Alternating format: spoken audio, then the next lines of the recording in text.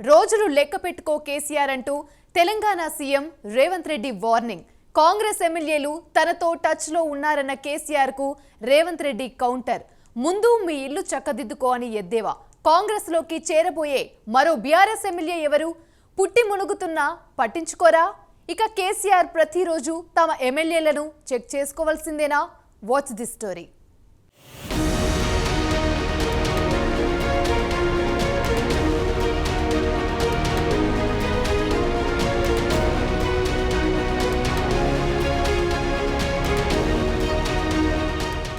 తెలంగాణలో touch politics heat పుట్టిస్తున్నాయి. కాంగ్రెస్ ఎమ్మెల్యేలు నాకు టచ్లో ఉన్నారని కేసీఆర్ అనడంతో హాట్ టాపిక్గా మారింది. ఒకవైపు బీఆర్ఎస్ నుంచి వలసలొస్తుంటే దాన్ని ఆపుకోలేని కేసీఆర్ కాంగ్రెస్ నుంచి తనకు ఎమ్మెల్యేలు టచ్లో ఉన్నారని చెప్పడం రాజకీయ విశ్లేషకులను సైతం విస్మయానికి గురిచేసింది. దీనిపై సీఎం రేవంత్ రెడ్డి ఘాటుగా స్పందించారు. రోజులు లెక్కపెట్టుకో కేసీఆర్ అంటూ వార్నింగ్ ఇచ్చారు. మీ ఎమ్మెల్యేలు ఎంతమంది ఉంటున్నారో ప్రతిరోజు సాయంత్రం చెక్ చేసుకో అంటూ ఎద్దేవా చేశారు. కాంగ్రెస్ శాసనసభ్యుల చుట్టూ హైటెన్షన్ వైరు లాంటి నేనున్నా మా వారిని టచ్ చేస్తే మసైపోతారు అంటూ రేవంత్ మండిపడ్డారు. కాంగ్రెస్ గెలవకుండా బీజేపీ బీఆర్ఎస్లు కుట్ర చేస్తున్నాయని ఆరోపించారు. రాష్ట్రంలో తమ పార్టీ అల్లాటప్పాగా అధికారంలోకి రాలేదని, మరో 10 ఏళ్ల పాటు కాంగ్రెసే అధికారంలో ఉంటుందని గుర్తుపెట్టుకోవాలని కేసీఆర్ను ఉద్దేశించి అన్నారు. అసెంబ్లీ ఎన్నికల్లో ఓటమి పాలైనా కేసీఆర్ తీరు మారలేదన్నారు.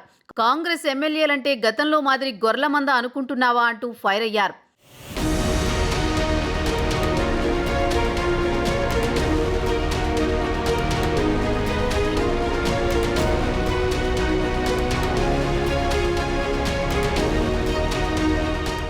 భారస విస్తృత స్థాయి సమావేశంలో కాంగ్రెస్ను ఉద్దేశించి కేసీఆర్ చేసిన వ్యాఖ్యలపై రేవంత్ రెడ్డి ఘాటుగా స్పందించారు. చిటిక వేస్తే 20 మంది కాంగ్రెస్ ఎమ్మెల్యేలు భారసలోకి వస్తారా?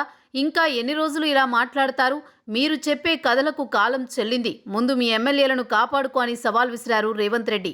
6 గ్యారంటీల్లోని 5ంటిని 100 రోజుల్లో అమలు చేశాం. 100 రోజుల్లో గ్యారంటీలు అమలు చేయడం లేదని, కుర్చీల్లోంచి దిగిపోవాలని కొందరు అంటున్నారు. కార్యకర్తలు కూర్చోబెడితే ఆ కుర్చీలో కూర్చున్నాం. తెలంగాణలో కాంగ్రెస్ పార్టీ 10 ఏళ్లు అధికారంలో ఉంటుంది అని స్పష్టం చేశారు. మొన్నటి ఎన్నికల్లో కారు పార్టీని ఓడించినా కేసీఆర్లో మార్పు రాలేదు. మరమ్మతులు చేయలేని స్థితిలో కారు ఉంది. కారు కొంచెం ఖరాబయిందని కేటీఆర్ అంటున్నారు.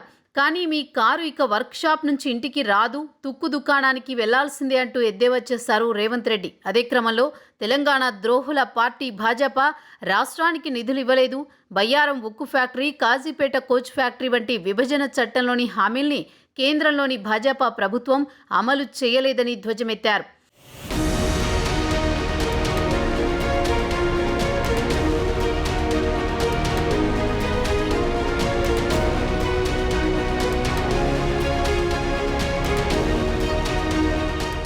మరోవైపు పాలమూరు రంగారెడ్డి ప్రాజెక్టుకు మోదీ, కిషన్ రెడ్డిలు జాతీయ హోదా ఎందుకు ఇవ్వలేదని, సోనియా గాంధీ మంజూరు చేసిన బయ్యారం ఫ్యాక్టరీని 10 ఏళ్ల పాటు పాతరేసిన దద్దమ్మలు భాజపా నేతలు అంటూ విమర్శించారు. కాజీపేటకు సోనియా గాంధీ కోచ్ ఫ్యాక్టరీ మంజూరు చేస్తే దాన్ని మోదీ లాతూర్కు తరలించుకుపోయారు. ఐటీఐఆర్, పాలమూరు ఎత్తిపోతల పథకం, మూసీ అభివృద్ధి ఇలా అనేక ప్రాజెక్టుల విషయంలో కేంద్రం నిర్లక్ష్యంతో తెలంగాణకు తీరని అన్యాయం జరిగింది. తెలంగాణ ఏర్పాటును ప్రధాని మోదీ పార్లమెంటులో అవమానించారు. నేనే ప్రత్యక్ష సాక్షిని, తల్లిని చంపి బిడ్డను బతికించారని అన్నారు. పార్లమెంటు తలుపులు మూసి తెలంగాణ ఇచ్చారని, ఆ బిల్లు చెల్లదని అన్నారు. తెలంగాణ ఏర్పాటును ప్రశ్నించిన భాజపా నాయకులు ఎలా ఓట్లు అడుగుతారు అంటూ బీజేపీని కూడా దుయ్యబట్టారు రేవంత్ రెడ్డి. ఢిల్లీలో ఉండే మోదీ, గజ్వేల్లో ఉండే కేసీఆర్ తోడు దొంగలు గూడు పుటానీ చేసి తెలంగాణ ప్రజల హక్కుల్ని కాలరాశారు. కాళేశ్వరంలో 1,00,000 కోట్లు దోచుకుంటుంటే పట్టుకుని కటకటాల్లోకి నెట్టి ఊచలు లెక్కబెట్టాల్సింది మోదీ ఏం చేశారు అంటూ ప్రశ్నించారు.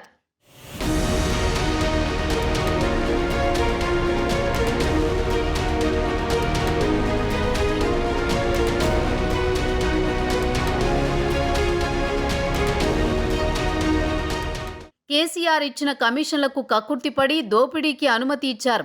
రైతు వ్యతిరేక చట్టాలు, నోట్ల రద్దు, జీఎస్టీ, ట్రిపుల్ తలాక్, 370 అధికరణ రద్దు ఇలాంటి బిల్లులకు పార్లమెంటులో మోదీకి అండగా నిలబడి బీజేపీ ప్రభుత్వాన్ని గెలిపించింది బీఆర్ఎస్ ఎంపీలే అని రేవంత్ ఆరోపించారు. కేసీఆర్ వ్యాఖ్యలపై కాంగ్రెస్ శ్రేణులు కూడా బాగా స్పందించాయి. ముందు మీ ఇల్లు చక్కబెట్టుకో కేసీఆర్ అంటూ సెటైర్లు వేస్తున్నారు. మహబూబ్ నగర్లో నిర్వహించిన ర్యాలీలో పాల్గొన్న రేవంత్ రెడ్డి కేసీఆర్పై విరుచుకుపడ్డారు. ఢిల్లీలో మోదీ, ఇక్కడ కేసీఆర్ కలిసి తెలంగాణకు అన్యాయం చేశారని ధ్వజమెత్తారు. ప్రత్యక్షంగా కోట్లాడితే సీట్లు రావని ఆ ఇద్దరూ చీకటి ఒప్పందం చేసుకున్నారని ఆరోపించారు. కాంగ్రెస్ గెలవకుండా భాజపా భారస ఒక్కటై కుట్రలు చేస్తున్నారన్నారు. అసెంబ్లీ ఎన్నికల్లో కేసీఆర్ను ఓడించామని ఇప్పుడు మోదీని ప్రజలు ఓడించాలని కోరారు. చూడాలి మరి తెలంగాణ ప్రజలు ఎవరికి పట్టం కడతారో.